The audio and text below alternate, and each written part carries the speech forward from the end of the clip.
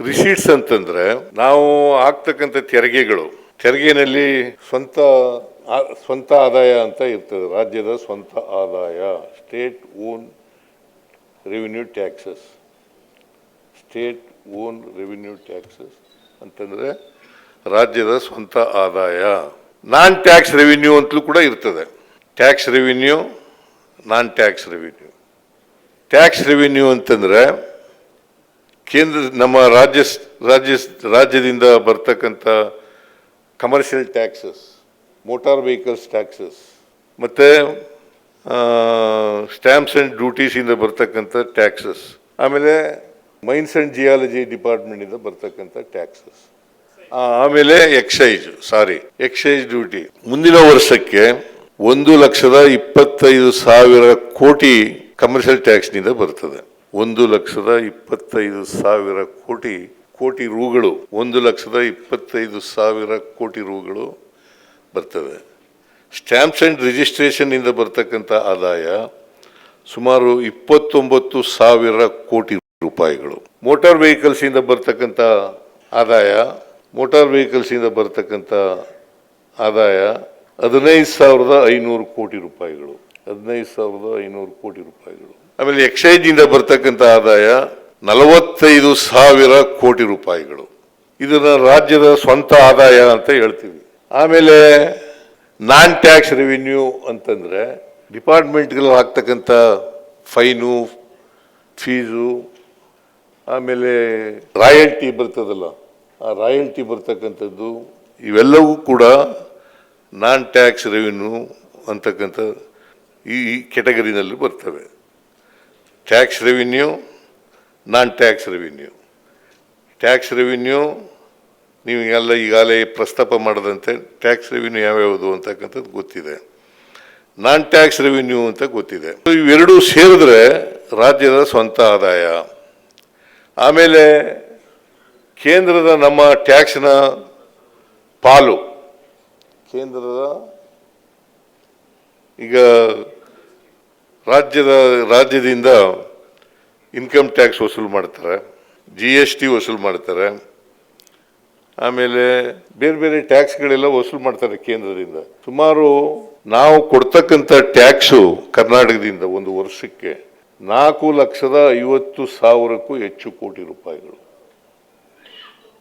4,50,000ಕ್ಕೂ ಹೆಚ್ಚು ಕೋಟಿ ರೂಪಾಯಿಗಳು.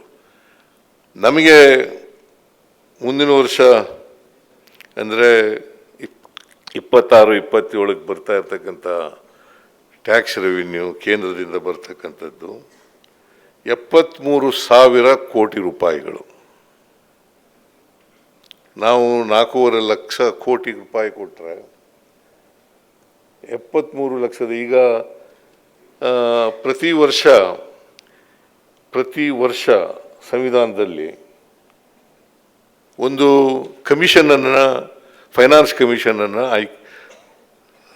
ರಚನೆ ಮಾಡ್ತಾರೆ. ಆ ಫೈನಾನ್ಸ್ ಕಮಿಷನ್ನಲ್ಲಿ ಶಿಫಾರಸು ಮಾಡ್ತಾರೆ. ಶಿಫಾರಸು ಮಾಡೋದ್ರ ಪ್ರಕಾರ ನಮಗೆ ಈಗ 16ನೇ ಹಣಕಾಸಿನ ಆಯೋಗ ಇದೆ. ಈಗ ವರದಿ ಕೊಟ್ಟಿದ್ದಾರೆ. 16ನೇ ಹಣಕಾಸಿನ ಆಯೋಗ ಇದೆ. 15ನೇ ಹಣಕಾಸಿನ ಆಯೋಗ ಮುಗೀತು. ಆಮೇಲೆ 14ನೇ ಹಣಕಾಸಿನ ಆಯೋಗ. 14ನೇ ಹಣಕಾಸಿನ ಆಯೋಗದಲ್ಲಿ ನಮಗೆ 4.7% ಕೊಟ್ಟಿದ್ರು. 14ನೇ ಹಣಕಾಸಿನ ಆಯೋಗದಲ್ಲಿ 4.7 ಕೊಟ್ಟಿದ್ರು. ಆಮೇಲೆ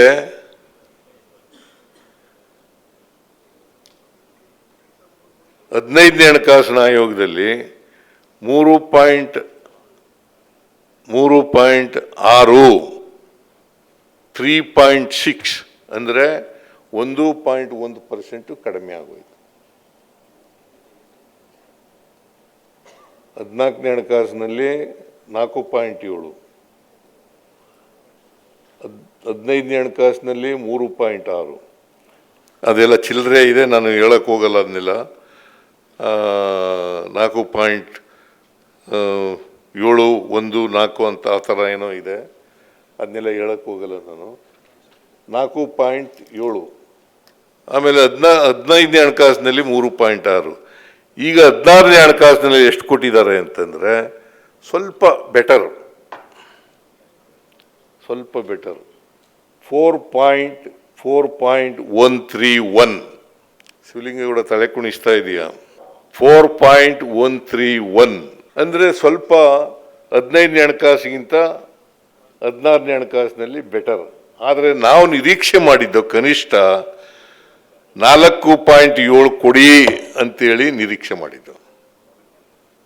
ಅಷ್ಟಾರು ಕೊಡಿ, 14ನೇ ಹಣಕಾಸಿನಲ್ಲಿ ಕೊಟ್ಟಿರ್ತಕ್ಕಂಥ ಅಷ್ಟಾರು ಕೊಡಿ ಅಂತ ನಿರೀಕ್ಷೆ ಮಾಡಿದ್ದು. ನಾವು ಡಿಮ್ಯಾಂಡ್ ಮಾಡಿದ್ದು ಕೇಂದ್ರ ಸರ್ಕಾರಕ್ಕೆ ಮತ್ತು 16ನೇ ಹಣಕಾಸಿನ ಆಯೋಗದ ಮುಂದೆ ಭೇಟಿ ಡಿಮ್ಯಾಂಡ್ ಮಾಡಿದ್ದು 50%ಗೆ. ಆದರೆ ಯಾಕೆಂದರೆ ನರೇಂದ್ರ ಮೋದಿಯವರು ಗುಜರಾತ್ನ ಚೀಫ್ ಮಿನಿಸ್ಟರ್ ಇರುವಾಗ 50% ಬೇಕು ಅಂತೇಳಿ ಒತ್ತಾಯ ಮಾಡಿದರು. ಅದನ್ನೇ ನಾವು ಕೇಳಿದ್ದು. ಅವರು ಚೀಫ್ ಮಿನಿಸ್ಟರ್ ಆಗಿರುವಾಗ, ಗುಜರಾತ್ನ ಚೀಫ್ ಮಿನಿಸ್ಟರ್ ಆಗಿರುವಾಗ 50 ಕೊಡಬೇಕು ಅಂತ ಹೇಳಿದರು. ನಾವು ಅದನ್ನೇ 50 ಕೊಡ್ರಿಯಪ್ಪ ಅಂತ ಹೇಳಿದ್ದು. ನಮಗೆ 4.15 ಲಕ್ಷ ನಾವು ರಾಜ್ಯದಿಂದ ತೆರಿಗೆ ಕೊಟ್ಟರು ಕೂಡ 4.5 ಲಕ್ಷ ಕೋಟಿ ತೆರಿಗೆ ಕೊಟ್ಟರು ಕೂಡ ನಾವು ಬರ್ತಕ್ಕಂಥದ್ದು ಬರೀ ₹1ನಲ್ಲಿ 15 ಪೈಸೆ ಮಾತ್ರ. ನಾವು ₹1 ತೆರಿಗೆ ಕೊಟ್ಟರೆ 15 ಪೈಸೆ ಮಾತ್ರ ವಾಪಸ್ ಬರ್ತದೆ. ಇನ್ನು 85 ಪೈಸೆ ಅವರೇ ಇಟ್ಕೋತಾರೆ. ಐ ರಿಪೀಟ್, 4.5 ಲಕ್ಷ ಕೋಟಿ ರೂಪಾಯಿಗಳನ್ನು ನಾವು ತೆರಿಗೆ ರೂಪದಲ್ಲಿ ಕೇಂದ್ರ ಸರ್ಕಾರಕ್ಕೆ ನಮ್ಮ ರಾಜ್ಯದಿಂದ ಕಳಿಸಿದರೆ ನಮಗೆ ವಾಪಸ್ ಬರ್ತಕ್ಕಂಥದ್ದು ₹1 ಕೊಟ್ಟರೆ 15 ಪೈಸೆ ಮಾತ್ರ ವಾಪಸ್ ಬರೋದು. 60,000 ಚಿಲ್ಲರೆ ಕೋಟಿ ಬಂದಿತ್ತು ಹೋದ ಸಾರಿ. ಅಂದರೆ ಈ ವರ್ಷ 2025-26ಕ್ಕೆ 60,000 ಕೋಟಿ ಬಂದಿತ್ತು.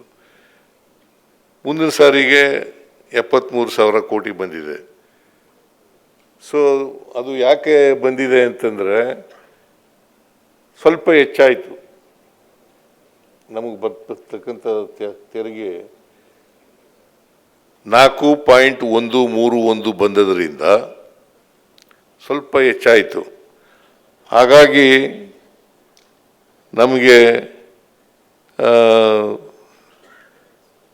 ಕೇಂದ್ರದಿಂದ ಬರ್ತಕ್ಕಂಥ ನಮ್ಮ ಪಾಲು ಟ್ಯಾಕ್ಸ್ ಡೆವಲ್ಯೂಷನ್ ಅಂತ ಕರಿತೀವಿ. ಇದಕ್ಕೆ ಟ್ಯಾಕ್ಸ್ ಡೆವಲ್ಯೂಷನ್, ಹಂಚಿಕೆ ಮಾಡೋದು, ತೆರಿಗೆ ಹಂಚಿಕೆ ಮಾಡ್ತಕ್ಕಂಥದ್ದು, ಅದು 73,000 ಕೋಟಿ ಮುಂದಿನ ವರ್ಷಕ್ಕೆ ಬರ್ತದೆ ಅಂತಕ್ಕಂಥ ಅಂದಾಜಿದೆ. ಈಗ 5 ಲಕ್ಷ ಕೋಟಿ ಆಗ್ಬೋದು ನಮ್ಮದು. ಮುಂದಿನ ವರ್ಷ ಸುಮಾರು 5 ಲಕ್ಷ ಕೋಟಿ ರೂಪಾಯಿ ಆಗ್ಬೋದು. 4.5 ಲಕ್ಷ ಚಿಲ್ಲರೆ ಬಿಟ್ಟಿತ್ತು.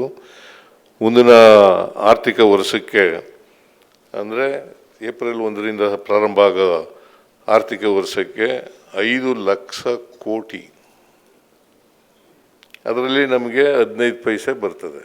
₹1 ಕೊಟ್ಟರೆ 15 ಪೈಸೆ ಅಂದರೆ ₹100ನಲ್ಲಿ 15%. ಸೊ ಇದರಿಂದ ನಮಗೆ, ನಾವು ಕರ್ನಾಟಕ ರಾಜ್ಯಕ್ಕೆ, ಇದು ರಾಜಕೀಯ ಅಲ್ಲ, ರಾಜಕೀಯಕ್ಕೋಸ್ಕರ ಈ ಮಾತುಗಳನ್ನು ಹೇಳ್ತಾ ಇದ್ದೀನಿ ಅಂತಲ್ಲ. ಅನೇಕ ರಾಜ್ಯಗಳಿಗೆ ಅನ್ಯಾಯ ಆಗ್ತದೆ. ಅದು ನಮ್ಮ ರಾಜ್ಯಕ್ಕೂ ಕೂಡ ಅನ್ಯಾಯ ಆಗ್ತಾ ಇದೆ. ಅನ್ಯಾಯ ಆಯಿತು ಅಂತ ಹೇಳಬೇಕಾಗಿರ್ತಕ್ಕಂಥದ್ದು ನಮ್ಮ ಕರ್ತವ್ಯ. ಆ ಕಾರಣದಿಂದ ಈ ಮಾತುಗಳನ್ನು ಹೇಳ್ತಾ ಇದ್ದೇನೆ ಹೊರತು ರಾಜಕೀಯ ಕಾರಣದಿಂದ ಅಲ್ಲ ಅಂತಕ್ಕಂಥ ಮಾತುಗಳನ್ನು ಈ ಸಂದರ್ಭದಲ್ಲಿ ಹೇಳಲಿಕ್ಕೆ ಬಯಸ್ತಾ ಇದ್ದೇನೆ.